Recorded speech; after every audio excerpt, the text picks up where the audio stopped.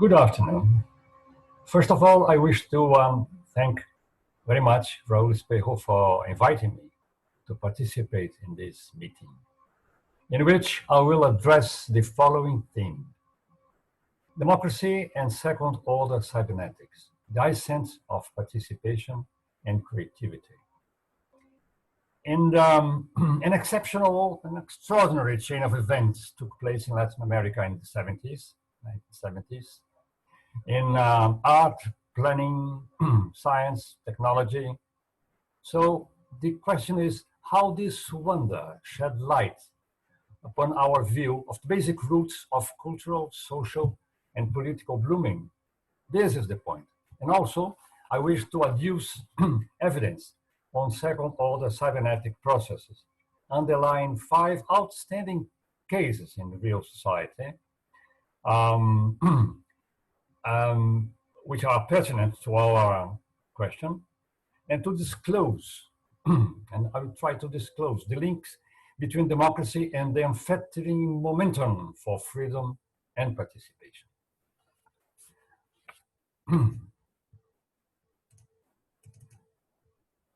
I will share these slides. Democracy in the center of participation and creativity. This is the point.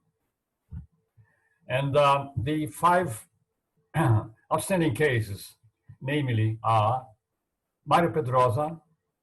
I'll say something about Mario Pedrosa and the creation of the Museum of Solidarity in Chile. Staphobia, Cybernetics and self-management.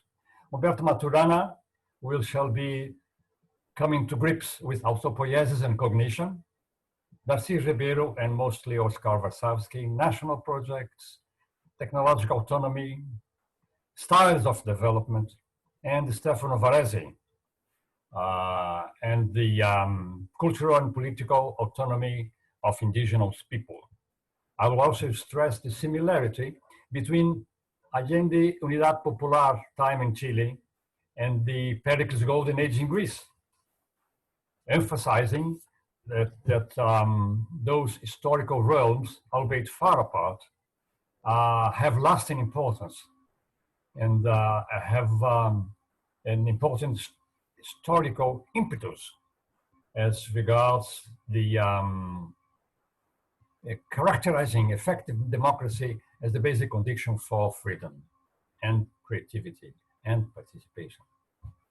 So, Mario Pedrosa. This is the first case of, the first outstanding case, as I said. Mario Pedrosa is one of the 20th century foremost art critics, historian, intellectual, professor, lecturer, museum director. For Mario, art and politics are tight knots of a single action, the experimental exercise of freedom. Mario was an important art critic in Brazil for years, and as he was threatened by the Brazilian military dictatorship, he had to flee, entered the Chilean embassy in Rio. He went to Chile, where he created and helped consolidate the Museum of Solidarity, which is an unparalleled museum as regards its formation. It was built by means of donations of artists all over the world to the people of Chile. In only 2 years, Mario and his assistants could put together 800 works of art, donations by artists of the world. Artists such as, this is Mario and Allende in the inauguration of the museum. Artists as Calder, Stella, Lisa Clark, and Miro sent works to the Museum of Chile. And when the Pinochet coup happened, most of the donations that were in their way to Chile were arrêtés en marche. And this formed a collection which is called the Museum of Resistance, Salvador Allende. When democracy was conquered once again, then these works in transit were put together with works already in Chile. Most of it were there. Some were stolen, but most of it was in Chile. And this formed the collection of the museum, which is there in Santiago, the capital of Chile. From the cybernetic viewpoint, it is interesting to know that the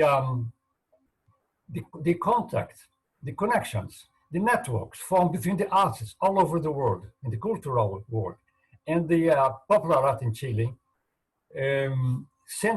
made that the craftsmen in Chile came to a boiling point, and by way of a virtual circle, enhancing the works and the enthusiasm of artists all over the world. So what happened was a rupture of the traditional path between artists, gallery, and private collector. There was an immediate network, immediate contact between artists and the people in Chile. And thereby, the distinction between craftsmen and artists was completely erased. This is the museum.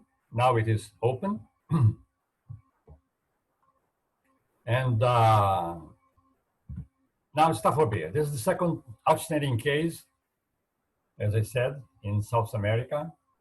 Staphobia is, as we all know, a remarkable path breaker of British management science and the founder of management cybernetics. After a long and successful career as an independent consultant in Britain, he went to Chile, where he was with Chileans and mostly Raúl Espejo as the head of the project. He developed his viable model for controlling the economy of Chile. It was an ambitious project, given the state of the art of technology then available. Nevertheless, we could, by means of his viable system, we could make that nothing was left to prove that the viable system approach is an effective way to enhance organizational effectiveness. We could establish data flow from shop floors all over the country to Santiago, submit this data to software analysis, identifying trends, steps, and making exceptions reports to management decision. The coup stopped the full realization of the project. Nevertheless, it remains as an example of success and potentiality of this tool, of his ideas. I wish also to emphasize Staffo's role in helping people out of Chile after the bloody coup of Pinochet. He helped a lot of people, and he did found safe places for the project team.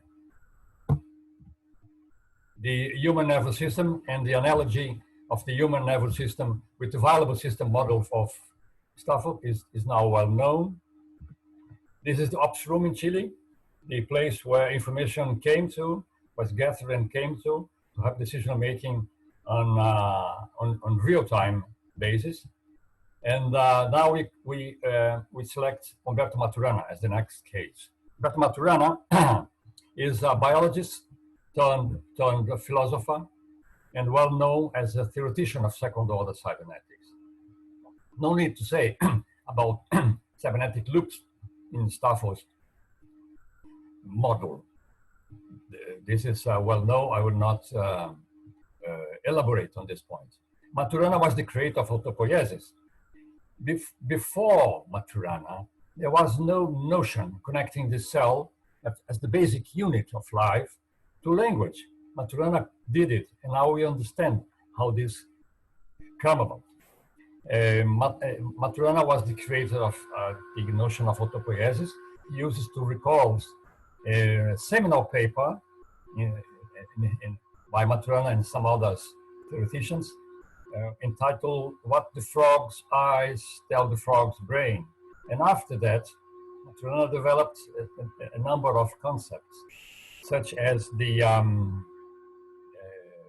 course, the autopoiesis, and he made us understand that objects have no independent existence.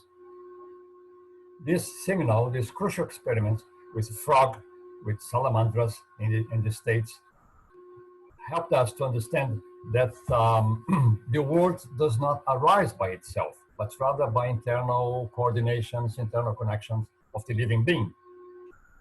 Maturana also developed a number of concepts as regards living as a process of cognition. And now we understand that no external event that affects us, any external events that affect us can only trigger structural change that are already embedded in the structure of the living beings. Maturana, I don't think Maturana could develop his work in other after Pinochet, for example, but rather in democratic environment. He used to recall an event, and he came from the U.S. where he was following his PhD, and the student asked him, "Professor, what is it? What is a living being? What is a creature, living creature?" Maturana explained, and the student said, "I don't know.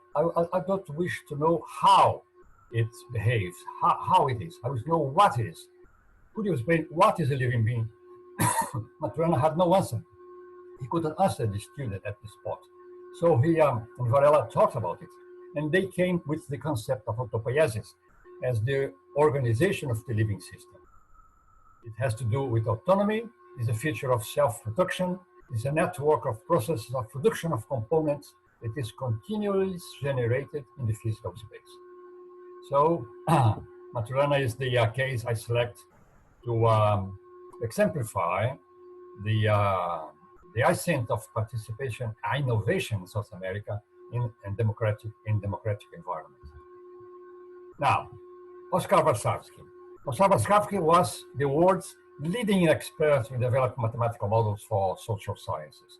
His main concern was the future, not the future as a trend of actual characteristics, but the future that answers two main questions. It should be desirable and should be feasible. So what is at stake, I ask? We worked together in Peru. We were concerned with the distant and near future of the country, in that case, Peru.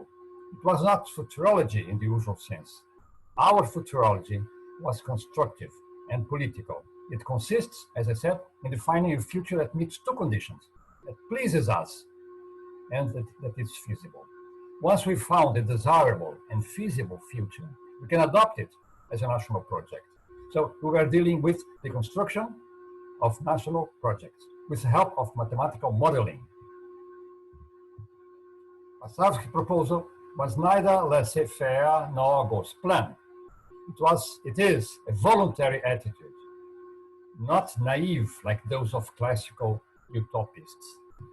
I mean, prior to engage in an acceptable future of society, we must describe it clearly, convincingly, and compare it with others and demonstrate its viability. What is a national project in terms that help us to build it? How do you know that if it's feasible? How do you compare with others' projects? What measures and attitudes do we already have in place to carry it out? Well, we made a number of applications of NUMEX for numerical experimentations in Argentina, in Chile, Venezuela, in Bolivia, in Peru, and also in Rio de Janeiro later on. The point is that objectives and social needs have to be clarified. How do we propose multiple and simultaneous objectives so that one can integrate them into a framework and calculate costs and effects? Do we start with production and investment as usual? Now, national targets are supposed to be formulated in terms of human needs, individual and collective needs. That is, a national project, following Warsawski, should say what needs society should be concerned about, and how, at what level, and within what time span it proposes to meet them for each social group. So we have, at outset, a list of physical, social, cultural, and political needs. These are put into mathematical model to calculate its feasibility. So much for Oscar Varsavsky. Now Stefan Varese. Stefan Varese is an anthropologist, Peruvian anthropologist. I met him in Peru after the military coup. It was a modernizing military coup. It's quite an exception in South American history. The military took power in 1968. Velasco Alvarado was the leader, with the aim of promoting a deep social and economic reform, basically a broad land reform. The military government of Velasco Alvarado was aimed at transforming the Peruvian feudal rural society into a modern collection of agrarian cooperatives, community of peasants and farmers in a new productive way. But Velasco was so much interested, so much committed to agrarian questions that somehow the huge Amazon region was put aside. Stefan, as an anthropologist, came to answer for the political and cultural rights of indigenous people of the Amazonian rainforest. He developed, he created, he formulated, and helped to establish the law of indigenous community of the rainforest. So with this law in place, we could think of Amazon as a place of natural resources that could transform that forgotten area of the country in a multi-ethnic and multicultural space, so that the huge river basin could provide the integration of a number of countries. With the work of Stefano and his team, indigenous people of Peru were gathered together in federations and confederations and started a prodigious dialogue with government. So a virtuous cycle of dialogue and progress was attained. Well, sustainable Earth requires sustainable national projects. This is our view. And sustainable national projects demand democracy. That is, such as in Greece, where Pericles provided the environment which could leave space for Pericles, Phidias, Sophocles, Thucydides, Herodotus, and so forth, and provide the roots for rational thought of the West. So in South America, in democratic South America, Pedrosa, Beer, Maturana, Drummond, Oiticica, Niemeyer, Lucio Costa, the New Sunk movement in Chile, all this could come about. My view is that there must be a virtuous cycle, starting from democracy, enhancing participation and creativity, thereby participation and creativity strengthening democracy. This is what I want for nowadays. This is what I want for future. So this is the points I wish to raise and submit to your appreciation. Thank you very much for your kind attention. I hope to discuss this further when possible. Thank you.